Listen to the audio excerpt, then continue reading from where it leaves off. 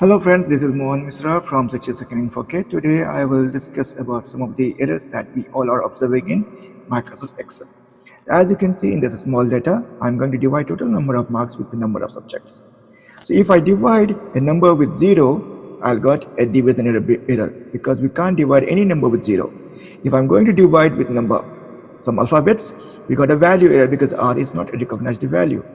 Here I am going to find who obtained maximum number of mark. So if I remove this value where this is having maximum number of mark, so if I remove the value, I got non-availability error because the value is missing.